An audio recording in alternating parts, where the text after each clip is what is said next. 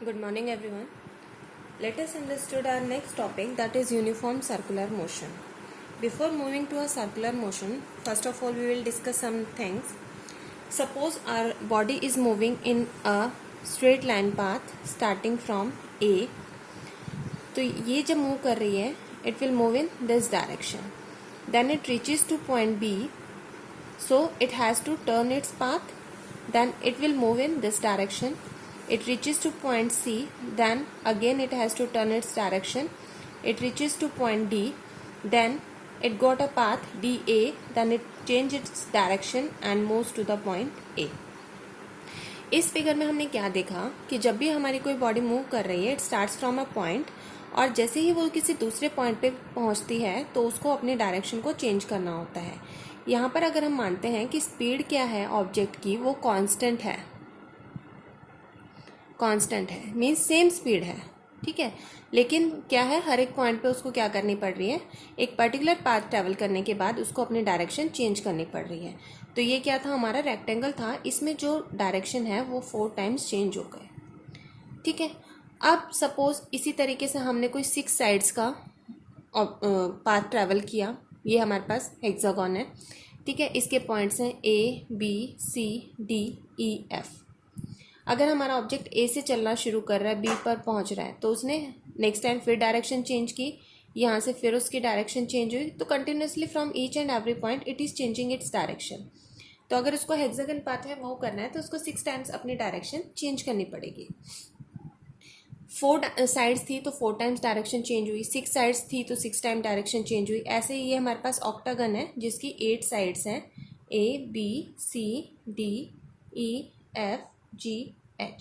तो अगर इस ऑक्टागन में ऑब्जेक्ट मूव करेगा तो उसको कितने टाइम्स, 8 टाइम्स अपनी डायरेक्शन को चेंज करना पड़ेगा. कितने टाइम डायरेक्शन चेंज हुई यहाँ पर, 8 टाइम्स. मीन्स जितना ज़्यादा हमारे पास डायरेक्शन चेंज होती जा रही हैं उतना ही ज़्यादा हमारे पास ये जो डिस्टेंस है ये स्मॉल होते जा रहे हैं. यहाँ पे 4 टाइम डायरेक्शन चेंज हुई थी तो ये डिस्टेंस हमारे थोड़े से बड़े थे. जब हमने इसी एरिया को 6 में कवर किया तो हमारे पास साइड्स और ज़्यादा छोटी हो गई, और ऐसे ही जब 8 में कवर किया तो साइड्स हमारे पास और ज़्यादा छोटी हो गई. ऐसे ही अगर हम नंबर ऑफ़ साइड्स बढ़ाते जाएंगे तो हमारे पास जो फाइनली हमें मिलेगा वो एक सर्कल की फॉर्म में मिलेगा. ये वाला हमारा फिगर होगा और इसमें हमें किस में मिल रहा है, सर्कल पे मिल रहा है. इट मीन्स क्या हो गया कि ये बहुत लार्ज नंबर ऑफ साइड से मिलकर बना हुआ है, ठीक है. और जितनी ज़्यादा साइड से मिलकर बने होगा, साइड्स की जो लेंथ होगी उतनी ही कम होगी. तो हमने कंसिडर किया कि इस पे जो साइज़ है लेंथ साइड्स का, तो साइड्स का जो साइज़ है वो क्या है, पॉइंट साइज़ है, ठीक है. अब यहाँ पे जितनी बड़ी लेंथ थी उतनी ही बार जैसे डायरेक्शन चेंज हो रही थी, हर एक लेंथ पे डायरेक्शन चेंज हो रही थी, हर एक साइड पे डायरेक्शन चेंज हो रही थी. यहाँ पर भी हर एक साइड पे डायरेक्शन चेंज हो रही थी. यहाँ पे साइड क्या है, पॉइंट साइज है, तो हम कंसिडर करेंगे कि हर एक पॉइंट पे क्या हो रही है, डायरेक्शन चेंज हो रही है, ठीक है. अब हमारे पास होता है वेलोसिटी. वेलोसिटी को हम देते हैं स्पीड प्लस डायरेक्शन. वेलोसिटी हम देते हैं स्पीड प्लस डायरेक्शन. अब अगर हम बात करते हैं वेलोसिटी की, तो स्पीड तो हमारी क्या है, कांस्टेंट है. स्पीड हमारी मूव नहीं कर रही है, लेकिन क्या चेंज हो रही है, डायरेक्शन चेंज हो रही है, ठीक है. तो वेलोसिटी क्या है हमारे पास, स्पीड प्लस डायरेक्शन. तो यहाँ पे स्पीड को जगह हम क्या टर्म यूज़ करेंगे, वेलोसिटी टर्म यूज़ करेंगे. तो ये हमारे पास क्या हो गया, एक तरह से स्पीड अगर सेम है तो मोशन कैसा हो गया, यूनिफॉर्म हो गया. लेकिन जब इसकी डायरेक्शन जो है वो क्या हो रही है, कंटिन्यूसली चेंज हो रही है. तो वेलोसिटी क्या होगी, यूनिफॉर्म नहीं होगी. वेलोसिटी यहाँ पर क्या हो रही है, चेंज हो रही है. वेलोसिटी यहाँ पर हो रही है चेंज. वेलोसिटी जो चेंज हो रही है वो हमें क्या टर्म देगी, एक्सेलरेशन. एक्सेलरेशन. लेकिन जो वेलोसिटी चेंज हो रही है वो इक्वल अमाउंट में हो रही है, क्योंकि ये डायरेक्शन जैसे चेंज हो गई तो वेलोसिटी चेंज किस में हो रही है, इक्वल अमाउंट में हो रही है. तो एक्सेलरेशन हमारी कैसी हो जाएगी, यूनिफॉर्म. तो जब भी कोई ऑब्जेक्ट हमारा सर्कुलर मोशन में मूव करेगा, ठीक है, सर्कुलर मोशन में मूव करेगा, तो उस सर्कुलर मोशन को हम क्या बोलेंगे, uniformly circular motion, uniform circular motion, या फिर हम उसको बोलेंगे एक्सेलरेटेड मोशन. तो जब भी हमारा कोई ऑब्जेक्ट यूनिफॉर्म सर्कुलर मोशन में मूव करेगा तो हम कहेंगे कि उसके पास कैसा है, एक्सेलरेट मोशन है। एक्सेलरेट मोशन क्यों है? क्योंकि उसकी जो वेलोसिटी है वो हर एक पॉइंट पे चेंज हो रही है। और वेलोसिटी किसकी वजह से चेंज हो रही है? डायरेक्शन की वजह से। Speed however can be constant.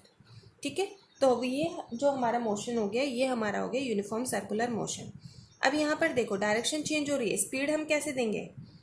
अगर इस यूनिफॉर्म मोशन की बात करते हैं तो स्पीड का फॉर्मूला होता है हमारे पास डिस्टेंस अपॉन टाइम। डिस्टेंस क्या है? ये सर्कल का जो पेरीमीटर होगा वो उसका डिस्टेंस होगा। सर्कल का पेरीमीटर होता है 2πr। और टाइम हमारे पास कुछ भी हो सकता है, suppose this is t। So hopefully ये वाला समझ में आ गया होगा। इसमें एक एग्जांपल है, सपोज एक जो बॉय है वो सेंटर पे खड़ा है, ठीक है। अब उसके हाथ में क्या है? एक धागा है या रस्सी है जिसके ऊपर क्या बंधा हुआ है? एक स्टोन बंधा हुआ है। और ये इसको इस तरीके से सर्कल में मूव कर रहा है। जब तक इसने इसको सर्कल में हाथ से पकड़ रखा है तो ये क्या कर रहा है? एक अंदर की तरफ फोर्स लगा रहा है कि आपका जो स्टोन है वो छूटकर बाहर ना चला जाए, और ये कॉन्स्टेंटली एक सर्कल में मूव करेगा। ठीक है, जैसे ही ये इसको छोड़ देगा वैसे ही ये सर्कल कहाँ चला जाएगा? अपने टेंजेंट के अलोंग बाहर की तरफ मूव कर जाएगा। तो यहाँ पे आपके पास दो तरह की फोर्स एक्ट करती हैं। एक फोर्स होती है आपके पास सेंट्रीपिटल फोर्स, और एक फोर्स होती है आपके पास सेंट्रीफ्यूगल फोर्स।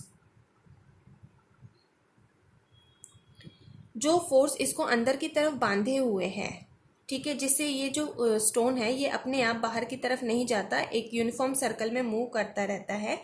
मींस अंदर की तरफ जो फोर्स है उसको हम बोलते हैं सेंट्रीपिटल फोर्स।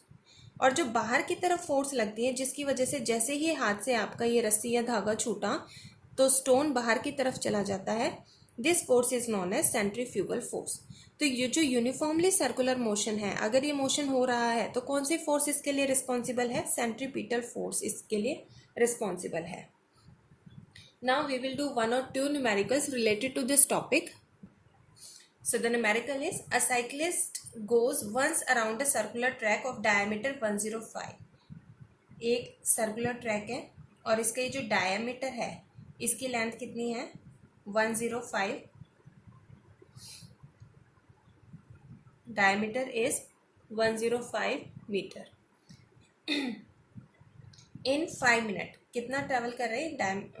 ये पूरा का पूरा जो सर्कल है वो कितने टाइम में कवर कर रहा है? Time is 5 minute. तो मिनट है तो हम इसको सबसे पहले किस में कन्वर्ट कर लेंगे? हैंड टू हैंड इसको सेकंड में कन्वर्ट कर लेंगे. तो ये हमारे पास आ जाएगा 300 सेकेंड.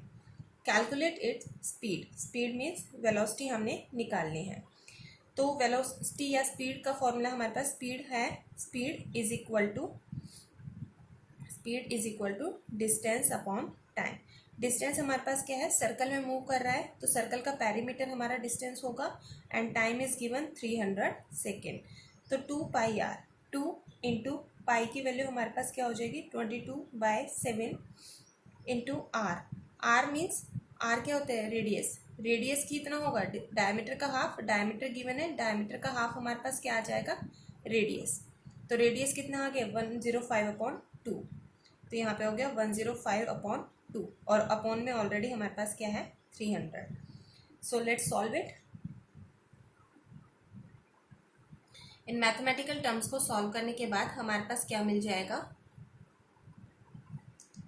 7 1 ज़ा 7, 3 5, 7 5 ज़ा 35.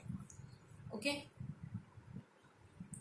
15 2 ज़ा 30, 20 times. So we will get 22/20. It will comes 1.1 approximate meter per second. You can solve it. It will come 1.1 meter per second. So this is the numerical related to the topic uniform circular motion. So what is uniform circular motion? When our object is moving in a circle with the uniform speed but its velocity is changing at every point.